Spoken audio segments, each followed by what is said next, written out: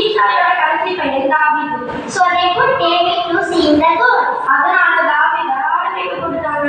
But David done his job very happy. ஆனா தாவீது எதுவுமே நினைக்காம அவனோட வேலையை சந்தோஷமா செஞ்சாரு. He had one good thing. ஆனா அவர்கிட்ட ஒரு நல்ல வல்லமை இருந்துச்சு. The thing is praise God. He had an instrument. He played with the instrument and praised God. என்ன பண்ணுவா அப்படின்னா அவருடைய இசைகள் தேவனை துதிச்சுட்டு ஆரம்பிச்சுட்டு இருப்பாரு. One day one lion came near of goats. ஒரு நாள் ஆடு வச்சுட்டு போகும்போது ஆட்டு மண்டல இருக்கிற ஒரு சிங்கம் கப்பிடுச்சு. David saw the lion and prayed to Lord, "Oh Lord, please give me strength to fight with the lion." அதை தாவீது பார்த்துட்டு ஆண்டவரே எனக்கு சிங்கத்து தோல் கிடைக்க வரைக்கும் கண்டு ஜெபம் பண்ணாரு. Immediately God strengthened David. அதுக்கு ஆண்டவரும் கரையை கண்டாரு.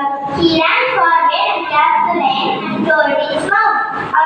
அதுக்கப்புறம் தாவீது வேகமா ஓடி போய் சிங்கத்தோட கழுத்தை பிடிச்சு மயக்கிடுச்சாரு. David saved the goats. அதுக்கப்புறம் தன்னுடைய உயிரை கொடுத்து ஆட்டுக்குட்டியை காப்பாத்தினாரு. There is a moral in this story.